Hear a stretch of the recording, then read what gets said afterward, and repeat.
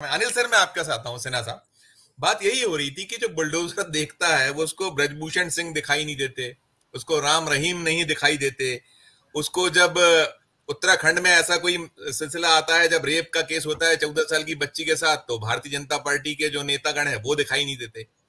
क्या आप इसको कैसे देखिए, कैसे मानिएगा? सुप्रीम कोर्ट के डंडे के अलावा कोई विकल्प बचा नहीं है शायद। अनिल सर, सुप्रीम कोर्ट का डंडा आपको पता नहीं अभी चला है कि नहीं, हम मुझको तो डाउट है। अभी तो ये चला सब नहीं, अभी तो केवल उम्मीद बनती है कि शायद कुछ। मैंने यही नहीं, कहा कि कितनी उम्मीद कितना सार्थक होगा। पहले बल्कि भी उठकर आया मामला, लेकिन अभी तक आया नहीं, कोई बहुत ऐसा वर्डिक्ट आया नहीं है जो नजीर बन नहीं, सके। मैं एक एक उदाहरण छोड़ के, इसका जी क्या कहते हैं, इलेक्टोरल बॉन्ड छोड़ के जी किसी में डंडा वंडा नहीं चला है। वो भी डंडा रुक गया, आगे नहीं। पैसे लिए जिन, उन पैसों का कैसे जो इलीगल मनी है वो ऑलरेडी उनके पास है। फिर उसकी जांच भी नहीं हुई कि जो सारा जो कनेक्शन जारी हुआ उसके लिए भी आगे सुप्रीम कोर्ट नहीं बढ़ा, सिर्फ उसने इलेक्टोरल बॉन्ड को बंद कर दिया। एक मतलब ये 10 सालों में एक फैसला याद आता है जो डंडा चल गया, लेकिन वो डंडा वहीं रुका रह गया, उससे आगे नहीं बढ़ा। वो बहुत, लेकिन बहुत सख्त था वो डंडा चलना। बाकी जो ऑब्जर्वेशंस हैं, चुनाव आयोग के मामले हों, चाहे एक से एक पेगासस का मामला हो, और भी कई मामले हैं, सारे मामले सुप्रीम कोर्ट ऑब्जर्वेशंस में अगर आप जाएंगे तो आपको लगेगा कि अब तो बंद ही हो जाएगा। मैं अभी भी जब तक उस पर कुछ गाइडलाइंस आ नहीं जाता है तब तक नहीं। आप बताएं कि सुप्रीम कोर्ट कितना लेट से जागा है। अभी जो ये जो बुलडोजर चल रहा है, कितना लोग गए कई बार कोर्ट में, कुछ गए नहीं किया सुप्रीम कोर्ट ने। अभी भी उसने कुछ स्टे थोड़े किया है, कुछ नहीं। उसने ऑब्जर्व किया है, कहा गाइडलाइंस बनाएंगे, और उसने सारी प्रशंसा सारी की मौखिक टिप्पणी है, मौखिक है है सारी। नहीं, और उसने प्रशंसा की जब उनको ये कहा गया कि आपकी बात से हम सहमत हैं। क्या कहते हैं, सुप्रीम को ये अटॉर्नी जनरल ने जब वो उनको कहा, तो वो उसको जो है वो तुषार ये जो है, तो तुषार उसको मेहता। उन्होंने, हाँ, उसको अटॉर्नी जनरल मतलब सॉलिसिटर जनरल, तो जो भी मतलब है उसको तो उन्होंने एक तरह से मान लिया कि आप मान ही रहे हैं, गाइडलाइंस अपन बनाएंगे, इतना ही कहा है। इसको लेकर के ऐसा, ये जरूर है कि इसका साइकोलॉजिकल इफेक्ट होगा, क्योंकि जो बढ़ चढ़ मतलब जी उसकी ऑथेंटिसिटी, उसकी जो उसका उसको जो मिला हुआ था, एक तरह से वैधता मिली हुई थी, उसमें प्रॉब्लम आ गया है। लेकिन अभी कुछ रुका उका नहीं है। अगर ये सुप्रीम कोर्ट को एक तो स्टे लाना था, दूसरा एक ऐसी जो कार्रवाई हुई, उनके जो विक्टिम्स है उनको उनका जो है उनका उनका उनको राहत मिलना चाहिए। उनका मकान का क्या हुआ नहीं हुआ, कुछ नहीं। न उसने डेटा मंगवाया है कि ये जो जहां जहां उल्लंघन हुआ है उसका डेटा मंगवाना चाहिए ना। कितने लोगों का आपने मकान ढहा, उसमें से कौन कम कम्युनिटी के लोग थे, और क्या किस वजह से किया गया, और क्या उसका संबंध दूसरी वजह से था इलीगल कंस्ट्रक्शन के अलावा। आप बताइए कि अभी सुप्रीम कोर्ट मतलब अगर कुछ मतलब उनको कैसे नहीं पता चला मालूम नहीं। सब जगह जो हुए हैं वहां इलीगल कंस्ट्रक्शन से कोई लेना देना ही नहीं है, और अगर है लेना देना, तब अगर योगी आदित्यनाथ ही बुलडोजर के नाम पर जो भाषण देते हैं वो सुप्रीम कोर्ट के सामने नहीं आता है, या आना नहीं चाहिए उनको। देखना कि वो तो साफ बताते हैं कि एक कम्युनिटी को या अपराधियों को ठीक करने के लिए हम कर रहे हैं। वो तो कभी नहीं कहा कि अवैध निर्माण को रोकने के लिए हम कर रहे हैं। अवैध निर्माण को रोकने के लिए बुलडोजर का जो काम है वो बहुत सालों से चल रहा है। और जब भी जो सिविक एडमिनिस्ट्रेशन है, जो नगर अर्बन डिपार्टमेंट, वो फेल होती है ना, तो उसका कोई ऑफिसर, ईमानदार ऑफिसर आता है और वो जो है बाजार में चलाना चालू करता है, ढहाना, उसका इसका दीवार तोड़ दिया, उसका ये कर दिया। तोड़ने के बाद वो दिखाना चाहता है, स्टेट अपने को लेजिटिमाइज करती है कि देखो हम कितना ये है, मतलब कानून के पाबंद है, हमने उन लोगों के भी गिरा दिए। ये तरकीब एक बहुत पुराना तरकीब है। लेकिन उसको कम्युनलाइज किया इसने। वो तरकीब स्टेट अपने को किसी तरह अपनी जान बचाने के लिए कि रोड जो है वो लोगों ने हड़प लिए है या पब्लिक स्पेस में को कब्जा कर लिया है किसी ने, तो उसको उस पे ये दिखाने के लिए जनरल पब्लिक को कि हम नहीं, हम हैं, ये लोग ऐसा नहीं कर सकते, वो करता था। अब उसको कम्युनलाइज कर दिया और ह्यूमन राइट्स के खिलाफ है ये। सही सुप्रीम कोर्ट ने जो पूछा वो तो एक मतलब एक कोई भी आम आदमी जिसको कानून की समझ है कि मेरे बेटे ने अगर गुनाह किया है तो मेरा मकान कैसे आप गिरा सकते हैं, पूरा परिवार को आप कैसे, ये तो इस्लामिक लॉ जो जहां पर की कानून है उससे भी खराब है कि आप सजा दे रहे हैं पूरा फैमिली को। पूरा होता नहीं था कि टैक्स लगा देता था कि अगर कोई कम्युनिटी का आदमी अगर अपराध किया तो पूरा कम्युनिटी को पैसा देना। ये भी शायद यूपी में एक बार बोला, मतलब योगी आदित्यनाथ बोल चुके थे कि जहां पर होगा उन सब लोगों को दंगों की अनिल जी वसूली भी की थी, दंगों की वसूली, दंगों के लिए वसूली की थी जो सब पर लगा दिया था वो। हाँ, तो अब ये सब क्या था, ये मेडिएवल कानून चल रहा है। सुप्रीम कोर्ट ने कभी इसकी कोई नोटिस ली क्या? और ये ऑब्जर्वेशन दिया है। सुप्रीम कोर्ट को स्ट्रिक्चर देना था और मतलब साफ साफ की रोकिए इसको, उसको कहना था कि ये आप संविधान को ये हाथ में ले रहे हैं, तोड़ रहे हैं, संविधान का उल्लंघन कर रहे हैं। नहीं कहा सुप्रीम कोर्ट ने। सुप्रीम कोर्ट ने सिर्फ कहा, वो एकदम लेमैन वाली बात है। ये बात तो हमको, अगर आप जो हम कानून के कोई जानकार नहीं है, वो भी हम 10 चैनल पर बोल चुके, 10 नहीं 100 चैनल पर बोल चुके हैं कि भाई ये अपराध करने की सजा मुकर्रर है कि अपराध किया तो 20 साल उसको रिगरस जो सश्रम कारावास होगा या फांसी होगी, वो जेल के अंदर होना है।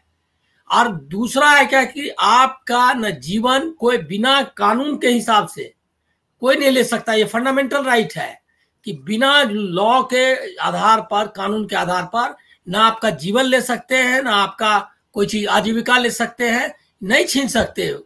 बाय लॉ मतलब कि अगर हमने ये अपराध किया है कि किसी का चोरी किया है तो 2 साल, किसी को अगर मार दिया है तो आजीवन कारावास, या ये उसके लिए ये नहीं है कि उसके गली में लेते जाएंगे बुलडोजर और उसके पूरा परिवार को जो है ढा देंगे बुलडोजर। और रोड में आपको कानपुर की घटना याद होगी, वो तो हिंदू ही था जो बेचारा ये हो गया। तो ये इसका इलीगल कंस्ट्रक्शन से सही कहा सुप्रीम कोर्ट ने, जो कहा एकदम सही कहा।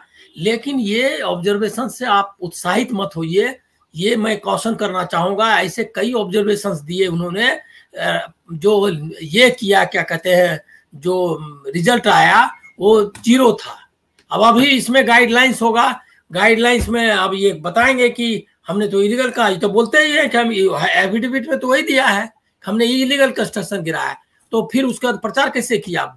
ऑन रिकॉर्ड है चीफ मिनिस्टर वहां का कि उन अपराधियों का ये किया जाएगा, बुलडोजर चलेगा। बुलडोजर को लगा करके कर्नाटक में इलेक्शन में, और बाकी इलेक्शन में इसकी सभा कर रहा था। सुप्रीम कोर्ट को पता नहीं चल रहा है कि बुलडोजर लेके क्यों सभा कर रहा है भाई?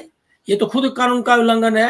हिंदुस्तान में जो है बुलडोजर के नाम पर अगर आप मांग रहे हैं वोट, तो आप समझ लीजिए कि ये कानूनी है क्या? चुनाव आयोग ने उसको कुछ कहा, न किसी ने कहा। ये इससे मैं बहुत उत्साहित नहीं हूं, लेकिन ये है जरूर कि सुप्रीम कोर्ट ने इसको नोटिस लिया, ये एक वेलकम चेंज है। और इसके बाद अगर कुछ करता है तो निश्चित तौर पर यूपी को बहुत प्रॉब्लम। लेकिन हाँ, ये जरूर आया कि इस ऑब्जर्वेशन के बाद उनका जो पब्लिक ये था, पोस्चरिंग था, वो थोड़ी कम होगी, थोड़ा उनको प्रॉब्लम आएगा, थोड़ा सा, ज्यादा नहीं, थोड़े बहुत जो है इसमें अंतर आएगा, ऐसा लग रहा है। अनिल सर, सिन्हा साहब, जो कुछ है उसमें बहुत बड़ी जड़ तो मशीनरी है, जो पूरी की पूरी जो व्यवस्था है, जो सरकारी व्यवस्था है, वो कहीं ना कहीं इसको बहुत ज्यादा बढ़ावा देती है। वही है जो आगे चीजों को निकालती है और वो अपने हिसाब से उसको प्ले कराती है। उम्मीद की जाए कुछ की कुछ निकल कर आने की संभावना है। आपने हालांकि कहा है कि अभी तो कुछ दिखता नहीं है। अनिल सर, नहीं, वो मशीनरी प्रशासनिक मशीनरी नहीं है, वो है राजनीतिक मशीनरी। वो मैंने कहा ना कि पहले भी बुलडोजर का इस्तेमाल किया जाता रहा है लेजिटिमाइज करने के लिए कि गवर्नमेंट भी अलर्ट है, लोगों को रोड पर या कहीं जो सरकारी जमीन है या पब्लिक स्पेस है उसको कोई कब्जा नहीं कर सकता है, और हम हैं यहाँ, ऐसा नहीं होगा, आपको कोई दिक्कत नहीं होगी। ये जो आपको याद होगा सब जगह हर एक कस्बे में कोई अगर नया अफसर आता था तो वो क्या करता था कि जो बाजार में जो है जहाँ पर कि बहुत स्पेस नहीं है वहां पर बुलडोजर चला दिया, उसको तोड़ता। बुलडोजर तो उस समय उतना नहीं था, मतलब वो था ही नहीं, लेकिन उसको अवैध ये अतिक्रमण रोकने का अभियान वो चलाता था ऑफिसर, और बहुत पॉपुलर हो जाता था शहर भर में, उसका नाम हो। देखो लोगों को लगता था कि ये आदमी बहुत ईमानदार है। वो एक अलग प्रक्रिया थी। वो प्रक्रिया का था क्या कि कहने का अर्थ था उनका कि हम हैं, शहर को हम बढ़िया से चलाएंगे, आप चिंता मत करो। वो एक लेजिटिमाइजेशन था स्टेट को अपना, अपनी वैधता, अपनी उपस्थिति जाहिर करने का। हालांकि उसमें भी बहुत इलीगल मामला होता था, मतलब कि सीधे चला दिया, आपने ही उसको बनने दिया है तो उस ऑफिसर पे भी तो कार्रवाई होनी चाहिए। दूसरा है कि अवैध अतिक्रमण का मामला बहुत सब्जेक्टिव है, मतलब कि अपने मन से मनगढ़ंत है। दिल्ली में हर 5 साल 10 साल पर अवैध जो क्या कहते हैं कॉलोनियां हैं उनको आप वैध बनाते हैं, आप ही खुद ही बनाते हैं, जिसको आप खुद ही कहते हैं कि अवैध है ये, और उसके बाद कहते हैं इसको अब से ये वैध होगा। पूरे देश में पहले तो पूरे देश में यही कर रहे हैं, जहां करते हैं हर जगह लाल डोरा और अवैध को वो करना, ये बहुत बड़ा हाँ ये देखिए जमीनें इसमें 10 गुनी दाम की दिल्ली में हमारे देखते देखते गई। हाँ ये लाल डोरा, तो ये प्रक्रिया जो है वो अलग है। जो योगी आदित्यनाथ जो किया है कर रहे हैं वो ये है कि कोई कानून का राज नहीं रहेगा, हम जो बोलेंगे वो राज होगा। अपराध करोगे तो सजा नहीं, मतलब अदालत नहीं सजा देगी, हम सजा देंगे, तुम्हारा मकान ही गिरा देंगे, और नहीं तो गोली से उड़वा देंगे या उड़ा देंगे। दोनों काम है, उड़ाया भी उड़वा भी दिया। उड़वा दिया इन द सेंस कि उसी के कब्जे में उसका अतीक अहमद और उसका भाई जो है उसको गोली मार दिया। अभी कुछ कहीं है पता क्या हो रहा है, क्या है कानून, कहीं अभी मीडिया को भी कुछ नहीं, मीडिया उसके यहाँ ढूंढ रहा था कि ये घर में कैसे अतीक रहता था, तो उस घर को कैसे कब्जा किया हुआ था, तो इस घर में फलना माफिया दरबार चलता था। अब उसको पता है कि इतनी बड़ी घटना हो गई, स्टेट की पुलिस के सामने कोई आदमी मार के चला गया जिसको आपने वादा किया था लिखित तौर पर अदालत में कि इसको हमको दीजिए, हमारे पास ये रहेगा। ये जुडिशियल कस्टडी का मतलब होता है कि सरकार उसको सौंपा जाता है कि इसकी जान माल की हिफाजत आपको है, और अब ये जो है जब इस पर कुछ भी मुकदमा वगैरह चलेगा तो आप इसको पेश करिएगा, और वो पेश करने के बदले उसको बीच में ही साफ हो गया।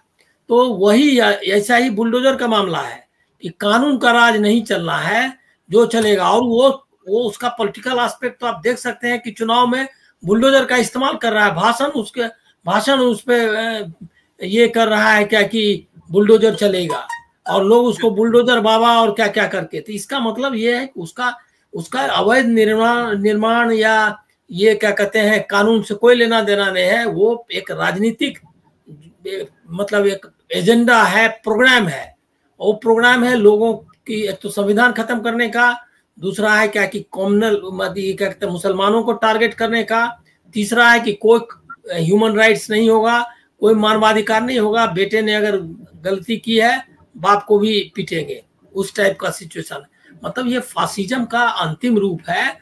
अगर सुप्रीम कोर्ट ने इसको लेकिन सुप्रीम कोर्ट ने अभी कितना समझा है और कितना करना है, इसमें हमको मैं अभी तक अपना ये रखता हूँ, मतलब संदेह मुझको है। क्योंकि अभी सजेशंस आएंगे हर एक स्टेट से नहीं, वो सब तरह के बॉडी से आने हैं। और वो सजेशन का दायरा इतना ये है कि 3-4 चीफ जस्टिस निकल जाएंगे इसमें, ऐसा मेरा अंदाजा है।